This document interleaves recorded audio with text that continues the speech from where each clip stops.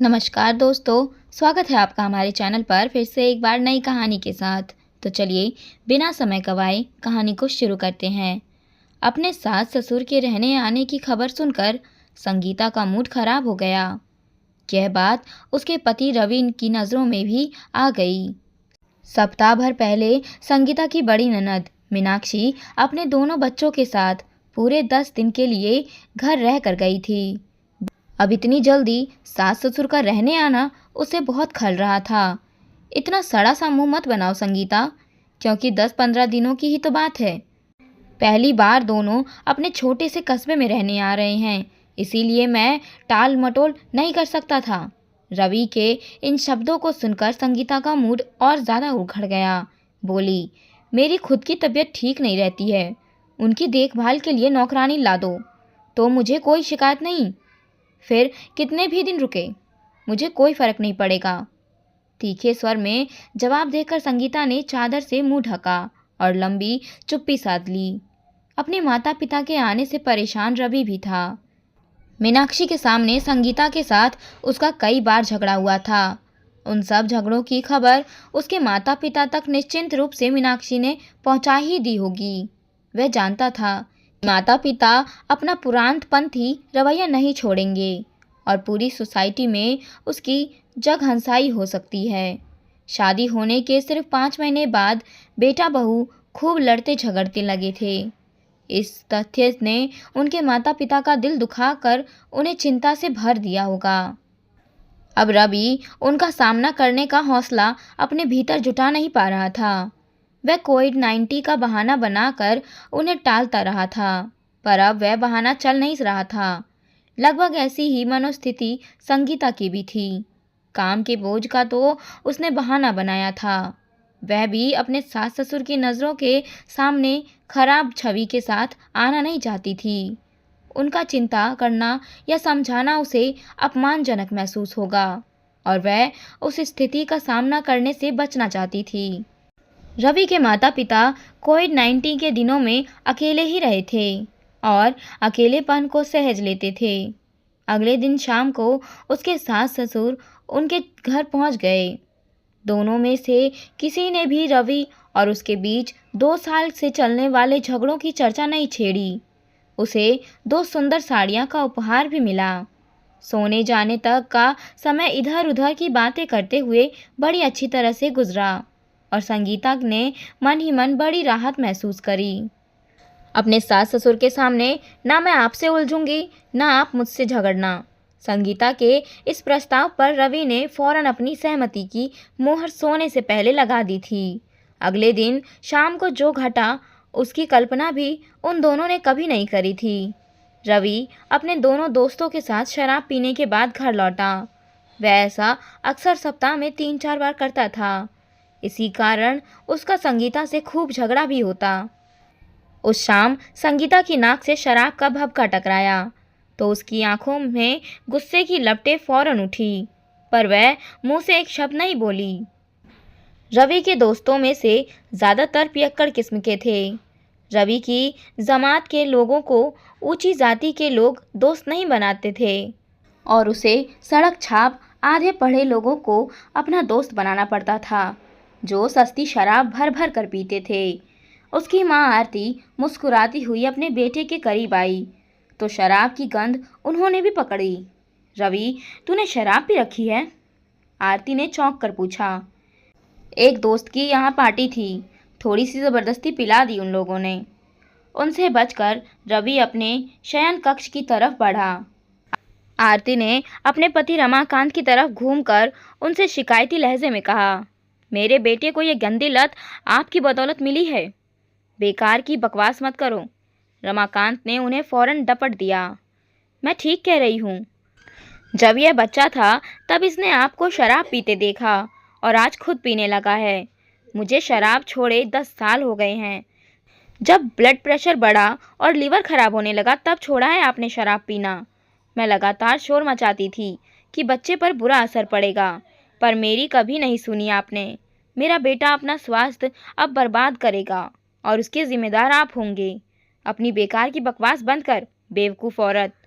उनके गुस्से से भरी चेतावनी के बावजूद आरती ने चुप्पी नहीं साधी तो उनके बीच झगड़ा बढ़ता गया। संगीता अपनी सास को दूसरे कमरे में ले जाना चाहती थी पर असफल रही।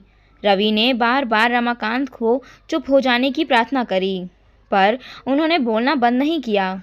रमाकांत को अचानक इतना गुस्सा आया कि नौबत आरती पर हाथ उठाने की आ गई। तब संगीता अपनी सास को ज़बरदस्ती खींचकर दूसरे कमरे में ले गई। रवि देर तक अपने पिता को गुस्सा न करने के लिए समझाता रहा। रमाकांत खामोशी से उसकी बातें सिर झुकाए सुनते रहे। उनके पास से उठने के समय तक रवि का नशा यूँ गायब हो चुका था जैसे उसने शराब पी ही नहीं थी। सारा झगड़ा उसके पिता की शराब पीने की पुरानी आदत को लेकर हुआ था। कमाल की बात यह थी कि उसे दिमाग पर बहुत ज़ोर डालने पर भी याद नहीं आया कि उसने कभी अपने पिता को शराब पीते हुए देखा हो। शादी के बाद संगीता ज़्यादा दिन अपने सास ससुर के साथ नहीं रही थी। उनकी आपस में लड़ने झगड़ने की क्षमता देखकर उसे अपने रवि के साथ हुए झगड़े बौने लगने लगे थे। रविवार के दिन आरती और रमाकांत का एक और नया रूप उन दोनों को देखने के लिए मिला। संगीता ने आरती द्वारा पूछे गए एक सवाल के जवाब में कहा, इन्हें घूमने जाने या फिल्म देखने को बिल्कुल शौक़ नहीं है। मुझे फिल्म देखे हुए महीनों बीत गए हैं। बकवास हिंदी फिल्में सिनेमा हॉल पर देखने में 3 घंटे बर्बाद करने की क्या तुक है। रवि ने सफाई दी। फिर केबल पर दिन रात फिल्में आती रहती है। टीवी पर फिल्में देखकर यह अपना शौक़ पूरा कर लेती है। माँ, नेटफ्लिक्स भी है, बहुत सीरीज़ है, उन्हें देखना। असल में तुम बाप बेटे दोनों को ही अपनी अपनी पत्नी के शौक़ पर खर्चा करना अच्छा नहीं लगता है। आरती ने अपनी बहू का हाथ प्यार से अपने हाथ में लेकर शरारती स्वर में टिप्पणी करी, तुम हर बात में मुझे क्यों बीच में घसीट लेती हो? अरे मैंने तो शादी के बाद तुम्हें पहले साल में कम से कम 50 फिल्में दिखाई होगी। रमाकांत ने तुनक कर सफाई दी। फिल्में देखने का शौक़ आपको था, मुझे नहीं। तू तो हॉल में आंखें बंद करके बैठी रहती होगी। अपने पति के कटाक्ष नज़रों अंदाज कर आरती ने मुस्कुराते हुए संगीता से कहा, मुझे चाट खाने का शौक़ था और इन्हें एसिडिटी हो जाती थी बाहर का कुछ खाकर। तुम्हें एक घटना सुनाऊं? सुनाइए मम्मी। संगीता ने फौरन उत्सुकता दिखाई। तेरे ससुर शादी की पहली सालगिरह पर मुझे आलू की टिक्की खिलाने ले गए। टिक्की की प्लेट मुझे पकड़ाते हुए बड़ी शान से बोले कि ये जाने मन, आज फिर से करारी टिक्कियों का आनंद लो। इस पर मैंने चौंक कर पूछा, मुझे आपने इससे पहले टिक्की कब खिलाई? इस पर जनाब ने बड़ी अकड़ के साथ बोले कि इतनी जल्दी भूल गई? अरे शादी के बाद हनीमून मनाने जब मसूरी गए थे, क्या तब नहीं खिलाई थी 1 प्लेट टिक्की? आरती की बात पर संगीता और रवि खिलखिलाकर हंसे। रमाकांत झेपे झेपे अंदाज में मुस्कुराते रहे। शरारत भरी चमक आंखों में लाकर आरती उन्हें बड़े प्यार से निहारती रही। अचानक रमाकांत खड़े हुए और नाटकीय अंदाज में छाती फुलाते हुए रवि से बोले, झूठी सच्चाई कहानियाँ सुनाकर मेरी माँ का मेरा मजाक उड़ा रही है, यह मैं बर्दाश्त नहीं कर सकता। आपको इस बारे में कुछ करना चाहिए पापा। रवि बड़ी कठिनाई से अपनी आवाज़ में गंभीरता पैदा कर पाया। तू अभी जा और 100 रुपये की टिक्की चाट ला कर इसके सामने रख दे। इसे अपना पेट खराब करना है तो मुझे क्या। बात मेरी चाट की नहीं बल्कि संगीता के फिल्म ना देख पाने की चल रही थी साहब। आरती ने आंखें मटकाकर उन्हें याद दिलाया। रवि, रमाकांत ने सामने बैठे बेटे को उत्तेजित लहजे में फिर से आवाज़ दी। जी पिताजी। रवि ने फौरन मदारी के जमूरे वाले अंदाज में जवाब दिया। क्या तू जिंदगी भर अपनी बहू से फिल्म ना दिखाने के ताने सुनकर अपमानित होना चाहेगा? बिल्कुल नहीं। तब 4 टिकट फिल्म के भी ले आ मेरे लाल। ले आता हूँ, पर 4 टिकट क्यों? हम दोनों भी इनकी खुशी की खातिर 3 घंटे की यातना सह लेंगे। जी। रवि की आवाज़ कुछ कमज़ोर पड़ गई। अपने घटिया मुकद्दर पर आंसू बहा लेंगे। जी। कभी कभी आंसू बहाना आँखों के लिए अच्छा होता है बेटे। जी। जा फिर चाट और टिकट ले आ। लाइए पैसे दीजिए। अरे अभी तू खर्च कर दे, मैं बाद में दे दूँगा। उधार नहीं चलेगा। मेरे पास सिर्फ 2-2 हज़ार के नोट है, मैं तुड़ा देता हूँ। मुझ पर विश्वास नहीं है तुझे? रवि मुस्कुराता हुआ खामोश खड़ा रहा।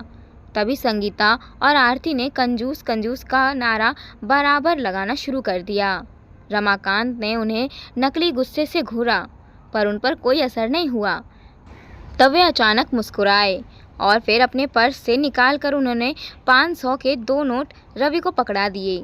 संगीता और आरती अपनी जीत पर खुश होकर खूब जोर से हंसी। उनकी हंसी में रवि और रमाकांत भी शामिल हुए। उस रात संगीता और रवि एक दूसरे की बाहों में कैद होकर गहरी नींद सोए। उनका वह रविवार बड़ा अच्छा गुजरा था। एक लंबे समय के बाद रवि ने दिल की गहराइयों से संगीता को प्रेम किया था। प्रेम से मिली तृप्ति के बाद उन्हें गहरी नींद तो आनी ही थी। अगले दिन सुबह 6 बजे के करीब रसोई से आ रही खटपट की आवाज़ें सुनकर संगीता की नींद टूटी। वह देर तक सोने की आदी थी। नींद जल्दी खुल जाए तो उसे सिर दर्द पूरा दिन परेशान करता था। सुबह बेड टी उसे रवि ही 7 बजे के बाद पिलाता था। उसे अपनी बगल में लिटा देख संगीता ने अंदाज़ा लगाया कि उसके सास ससुर रसोई में कुछ कर रहे हैं।